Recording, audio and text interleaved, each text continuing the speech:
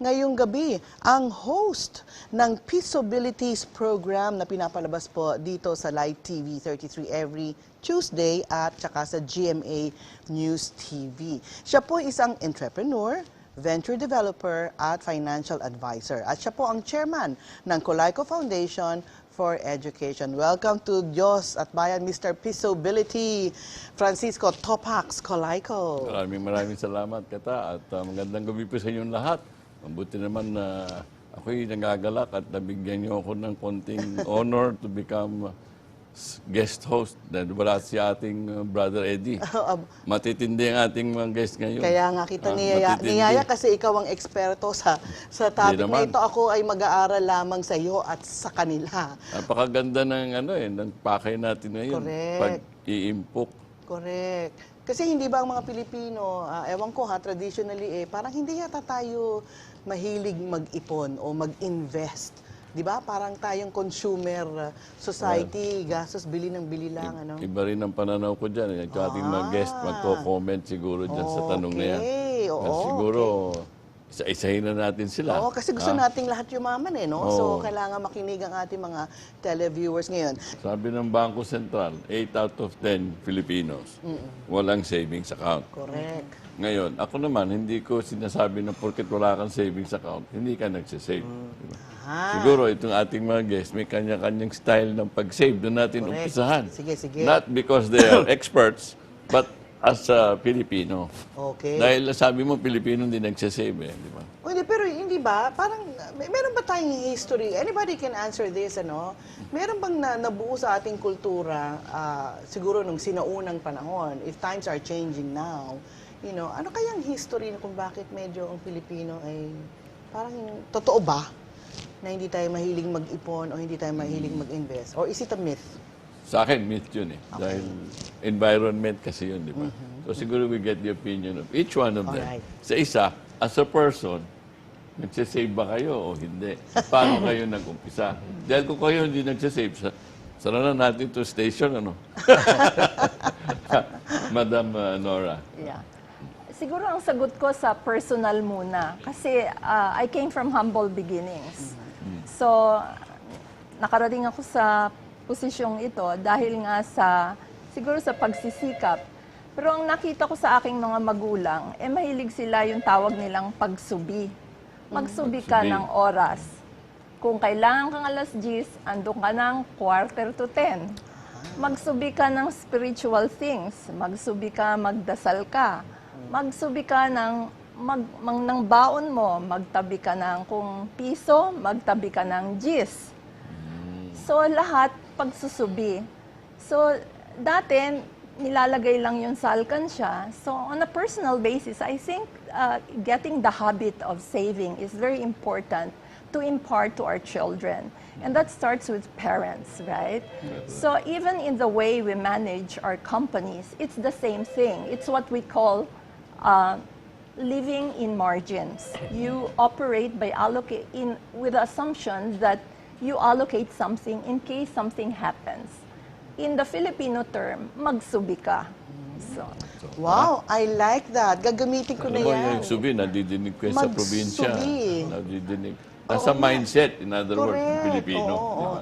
It's a keystone habit, that you should establish. Magsubi. Yan. Susubukan kong gawin yan. Si Mr. Kosyo, nagsusubi ba to? Alam mo yung word na subi, naalala ko yan sa sungka O kung naglalaro kayo sungka, di ba? Sa sungka galing yan naalala ko. And the principle really says, as you go around, nagsusubi ka lang ng isa doon. Hanggang manalo ka, di ba?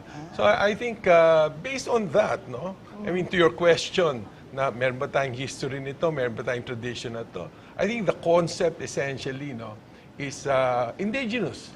Meaning the sungka is probably an indigenous game. So yung concept na pagsusubi, I think that's indigenous to us.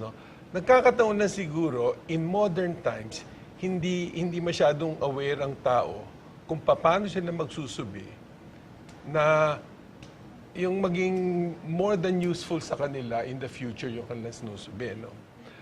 Well, I mean, that's something to be discussed. But on the personal basis, as Undersecretary was talking, I tried to recall when the first time I opened the savings account. I was probably grade 6. Wow. There was a bank at the corner of the school that I went to, no? And I remember siguro at that time the minimum deposit was 5 pesos, but that must have been a long time ago.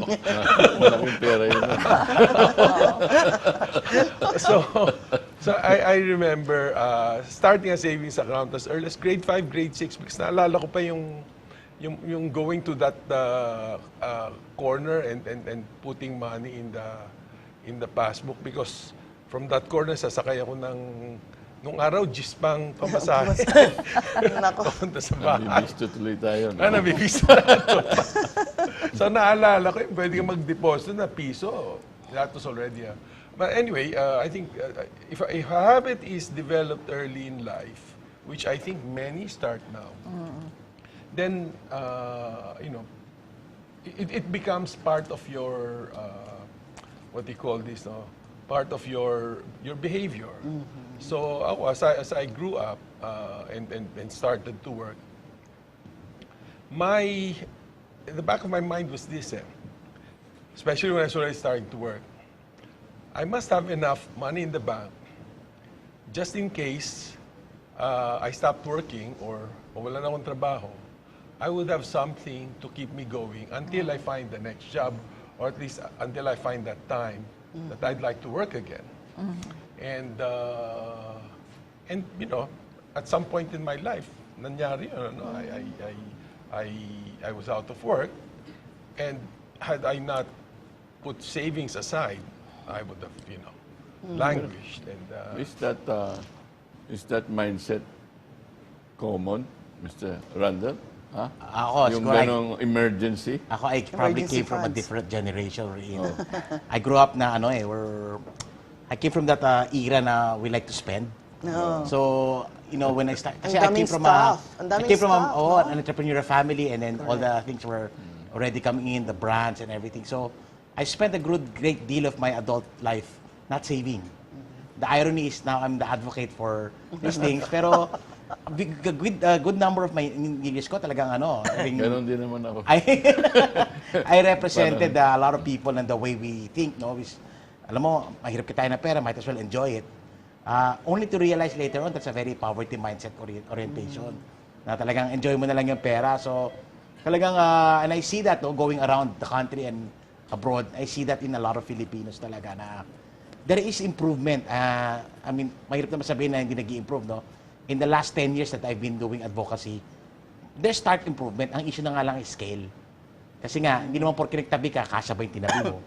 Di ba? Or hindi naman yun enough. So, may improvement, pero malayo pa rin tayo sa ideal rates na kung paano mag-save, magkano ba yung kinikita natin, tinatabi natin.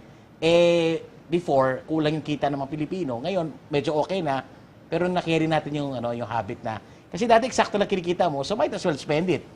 Pero ngayon, with the increase of income na nakita naman natin sa expenditure, sa mga research namin, nakita namin na even certain brands have going up, premium brands, or yung medyo mas mahal na item, no?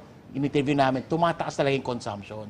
So, yung question is, nakakapagpatabi pa tayo. All the BSP studies that we've seen, points na hindi pa.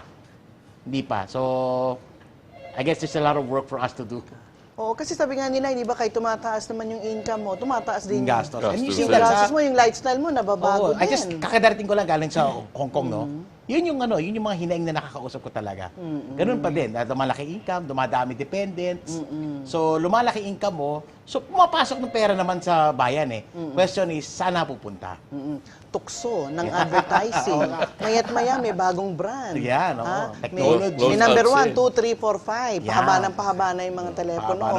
Tsaka yung demands ng mga kabataan ngayon, nagbabago din. Correct. Oo, they wanna keep up They wanna with keep the up, times. so. Masyadong techy. So, yung latest technology, pag lumabas, you have to have that.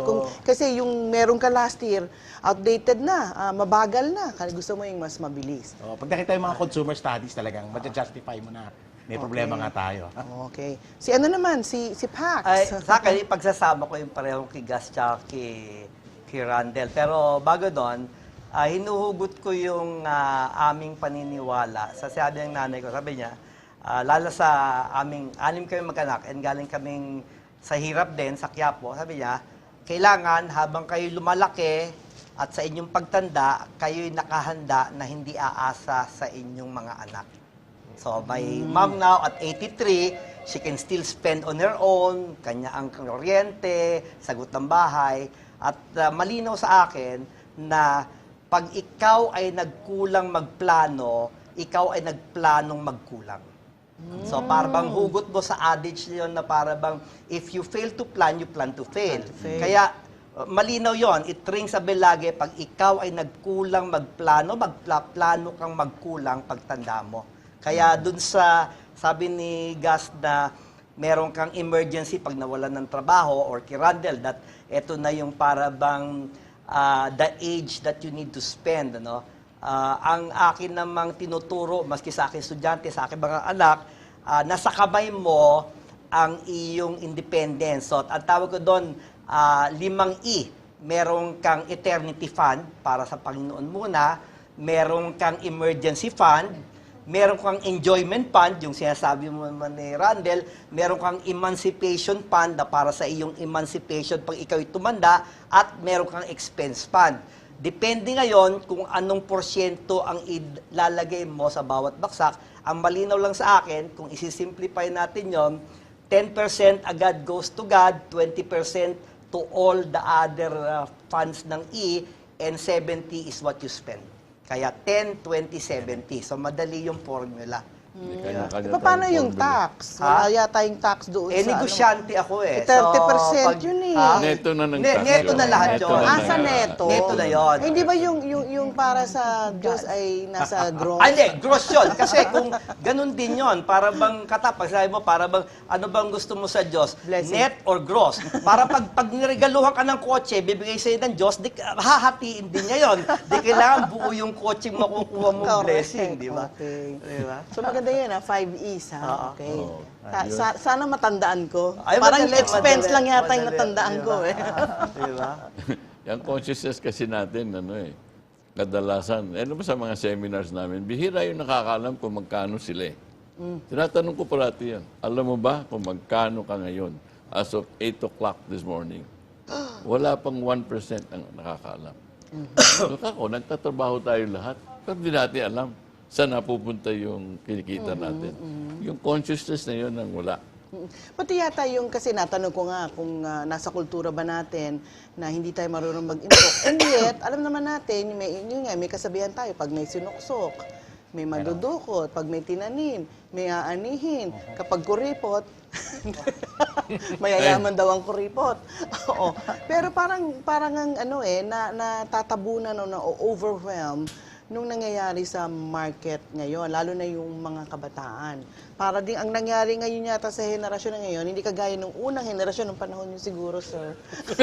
Tsaka ni Brother Eddie, medyo naturuan pa kayo ng magulang ninyo magsubi. No? Yung mga kabataan ngayon yata, parang talagang consumer sila eh. Hindi ko maunawaan. Siguro sa susunod na section itong ating talk, break na yata tayo, pag-usapan natin yung how do you develop yung winning habit. Correct. So, wag po kayong alis dahil ang Diyos at Bayan po ay magbabalik makalipas lamang po ng ilang mga paalala.